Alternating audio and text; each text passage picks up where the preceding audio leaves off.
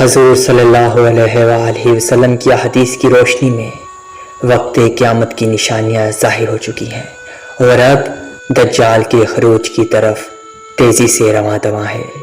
جو نشانیاں پوری ہو چکی ہیں ان میں اونچے اونچے گھروں کی تعمیریں، بیوی کا غیر شوہر کے لیے بننا سنورنا، مساجد سے دجال کے ذکر ختم ہونا، پانی کی قلت اور ناچ گانے کا شور شرابہ عام ہونا۔ حدیث پاک میں دجال کو اس دنیا کی ابتدا سے انتہا تک کے تمام فتنوں بڑا قرار دیا گیا ہے۔ ذرا غور کیجئے کہ قوم عاد، قوم سمود، قوم عمالقہ، قوم یاجوج ماجوج ایسی وحشتناک قومیں گزری ہیں اور فرعون و نمرود، شداد جیسے شہنشاہ گزرے ہیں۔ اللہ پاک نے ان سب کو مختلف عذاب دے کر ہلاک کیا، لیکن ان سب کے حالات پڑھ کے اندازہ ہوتا ہے کہ دجال کا فتنہ کیا ہوگا، جس کو سب نے بڑا قرار دیا ہے۔ بعض شخص یہ خیال کرتے ہیں کہ دجال ایک نظام کا نام ہے جسے دجالی سسٹم کا نام دیا جاتا ہے، لیکن یاد رکھنا دجال ایک انسان ہے جو کہ اس وقت بھی دنیا میں موجود تھا اور قید بھی تھا۔ اس کی قید کے متعلق صحیح و مسلم کی حدیث میں تفصیلی واقعہ موجود ہے۔ رسول محترم حضرت محمد مصطفیٰ صلی اللہ علیہ وآلہ وسلم ہر نماز کے بعد دجال کے فتنے سے اللہ کی پناہ مانگتے تاکہ امت کو اس طرح رغبت ہو کہ وہ بھی دجال کے فتنے سے اللہ کی پناہ مانگے۔ حضور صلی اللہ علیہ وآلہ وسلم نے فرمایا کہ ہر نبی نے دجال کے فتنے سے اپنی قوم کو ڈرایا۔ میں بھی تمہیں اس سے ڈراتا ہوں کہ ایسی بات بتاتا ہوں کہ جو اس سے پہلے کسی نبی نے نہ بتائی ہو، وہ یہ کہ دجال کانا ہوگا۔ دجال کے معنی بہت زیادہ جھوٹا اور مکار شخص کے ہیں۔ یہ شروع میں خود کو مسلمان ظاہر کرے گا، لیکن پھر نبوت کا اور بعد میں خدائی کا دعوت کرے گا۔ ایک جوان قد، ایک آنکھ سے کانا اور دوسری آنکھ میں لاگلی، سینہ چوڑا اور اندر کی طرف دھسا ہوا ہوگا، پیشانی چوڑی ہوگی جس پر کافر یعنی کافر لکھا ہوگا، جیسے ہر انسان، ہر شخص آسانی سے پڑھ سکے گا۔ دجال کے ظہور کی سب سے بڑی نشانی یہ ہے کہ اس کے نکلنے سے 3 سال پہلے پوری دنیا میں قحط پڑے گی۔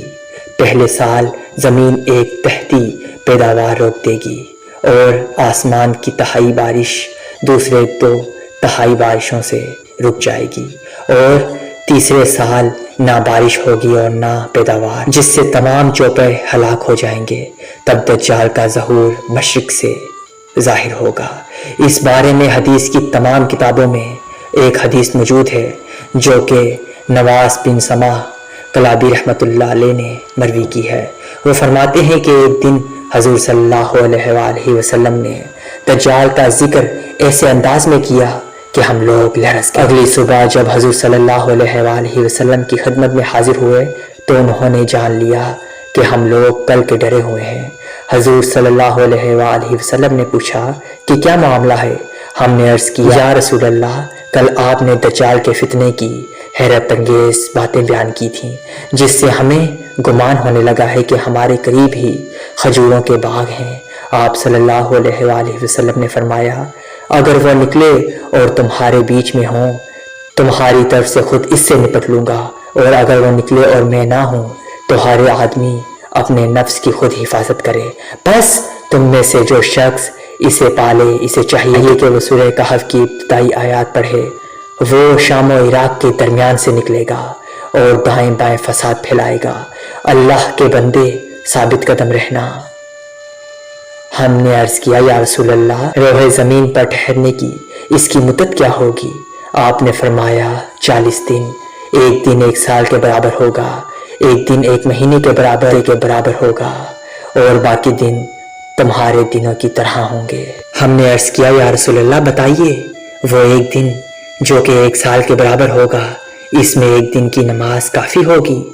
آپ نے فرمایا، نہیں بلکہ اس کا اندازہ کر کے پڑھا۔ ہم نے عرض کیا، یا رسول اللہ، زمین میں وہ کتنی تیزی سے اپنا کام کرے گا؟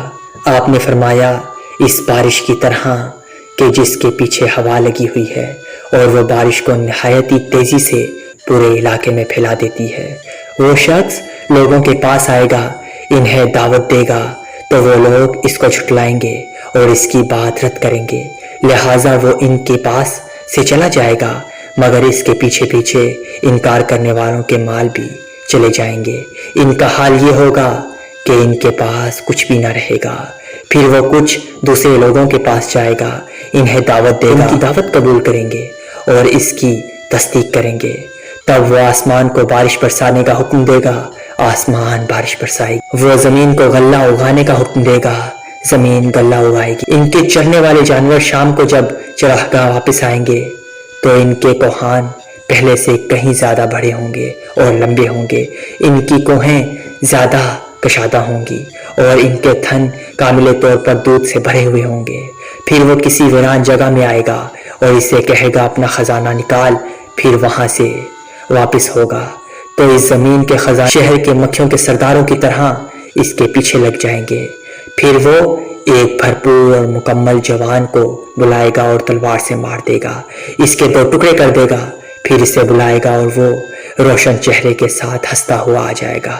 بس دجال اسی حالت میں ہوگا کہ اسی دوران حضرت عیسیٰ بن مریم علیہ السلام دمشق کی جانب مشرق سفید مینار پر زرد کپڑوں میں ملبوس ہوں گے، فرشتوں کے بازو پر ہاتھ رکھے ہوئے اتریں گے۔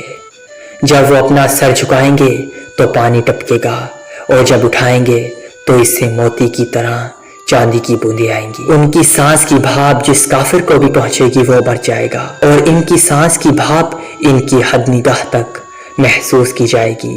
وہ دجال کو ڈھونڈیں گے یہاں تک اسے بابلت کے پاس پالیں گے اور اسے قتل کر دیں گے۔ اس فتنے سے بہت سے لوگ گمراہ ہوں گے سوائے چند مردوں اور چند مومن عورتوں کے۔ اسی طرح کہا گیا کہ مردوں کی نسبت عورتیں اس کی زیادہ تابعدار ہوں گی، کیونکہ وہ بہت جلد کسی بات سے متاثر ہو جاتی ہیں کہ دجال کی طرف نکلنے والوں میں اکثریت عورتوں کی ہوگی، یہاں تک کہ ایک آدمی اپنی ماں، بہن، بیٹی اور پھپھو کو رسی میں باندھ کر کہے وہ دجال کے پاس چلی جائے۔ دجال نامرد ہوگا لیکن بہت سی عورتیں اس سے ہم بستر ہوں گی، اس کے بچے کو پیدا کریں، لیکن ایسا نہ ہو پائے گا۔ ان عورتوں میں زیادہ تعداد ان کی ہوگی جو بالوں کا جوڑا بنا کر سر کے اوپر باندھتی ہیں، لیکن پھر بھی دجال بے اولاد ہی رہے گا۔ وہ ہر ملک میں داخل ہوگا اور لوگوں کو اپنی فتنہ سمانی سے گمراہ کرے گا، سوائے مکہ اور مدینہ کے، کیونکہ فرشتے اس کی نگہبانی پر مامور ہوں گے۔ وہ اپنے ماننے والوں کو جنت کے مزے دلوائے گا، جبکہ وہ نہ ماننے والوں کو آگ میں جلائے گا، لیکن اس کی جنت اصل میں جہنم ہوگی اور جہنم اصل میں جنت ہوگی۔ اب اندازہ کریں کہ ہم آج کس طرح شیطان کے پیچھے لگ کر جھوٹ، کینہ، شراب نوشی، زناکاری میں مبتلا ہیں، تو سوچیں۔ چنانچہ حدیث پاک کے مطابق اگر ہم چاہتے ہیں کہ دجال کے فتنے سے محفوظ رہیں تو سورہ کہف کی ابتدائی آیات یاد کر لیں اور روزانہ پڑھیں۔ انشاءاللہ اللہ پاک کے فضل و کرم سے اللہ پاک نہ صرف دجال بلکہ دنیا کے ہر فتنے سے حفاظت فرمائے گا۔ اللہ پاک آپ سب کو اپنے حفظ و امان میں رکھے۔